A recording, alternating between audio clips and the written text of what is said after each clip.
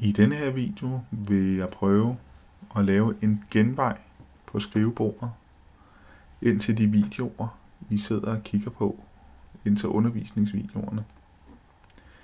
Vi starter med at gå ned på Internet Explorer, så vi kommer ind på internettet. Så går jeg op i adressefeltet og trykker mig lige ind med et venstre museklik. Så skriver jeg YOUTUBE, altså YouTube.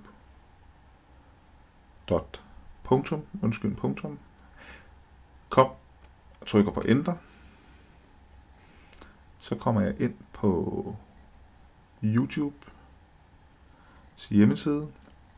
Så i søgefeltet inde på YouTube, der leder jeg efter den kanal, hvor undervisningsvideoerne ligger på, og den hedder PC 3, altså et tretal, som jeg har skrevet her. Trykker på Enter. Så har den fundet min kanal hernede, den med kaffebønnerne. Så trykker I på kaffebønnerne. Og så går vi lige hen en gang og trykker på Upload hernede i venstre side af skærmen. Det er vigtigt, at det ikke bliver den her oppe, så får man et helt andet resultat. Det er den her nede, vi trykker på. Så kommer videoerne til at stå pænt og flot. Så skal vi have lavet denne her side til en genvej ude på vores skrivebord, og det gøres ved, at vi vælger et sted ude i det fri område, hvor der ikke står noget i forvejen.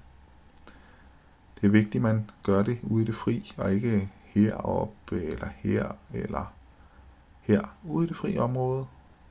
Det kan for den sags skyld også være herovre.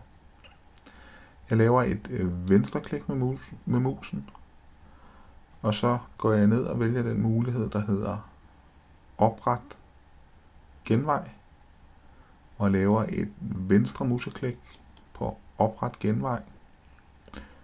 Så spørger computeren, vil du oprette en genvej til dette websted på skrivebordet, og så skriver den, hvor det er. Så siger jeg ja, det vil jeg godt. Og efter jeg har trykket ja, så kan jeg umiddelbart ikke se, der er sket noget. Men nu skal jeg vise jer, hvad den har gjort. Jeg lukker siden her ned. Så kan I se på skrivebordet her, der har den lavet en genvej PC 3 YouTube. Den virker på den måde, at når jeg laver et dobbeltklik på den, så kommer jeg direkte ind til de videoer, der ligger på kanalen PC 3. Husk lige, at vinduet laves stort. Heroppe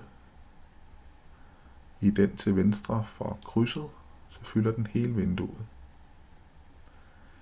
Så kan I se, så er jeg kommet direkte ind, så behøver jeg ikke først at gå ind på YouTube og skrive efter kanalen, men jeg kan bare ude på mit skrivebord lave et dobbeltklik på ikonet her, og jeg kommer direkte ind til videoerne.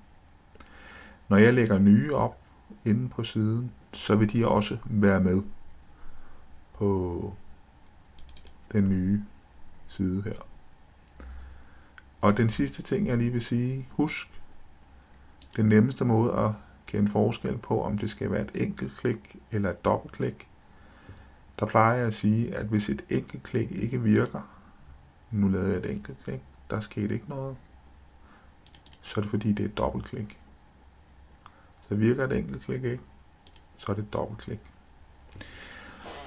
Det gør i hvert fald, at den videokanal, hvor alle undervisningsvideoerne, den er noget nemmere at finde hver gang fra jeres egen computer.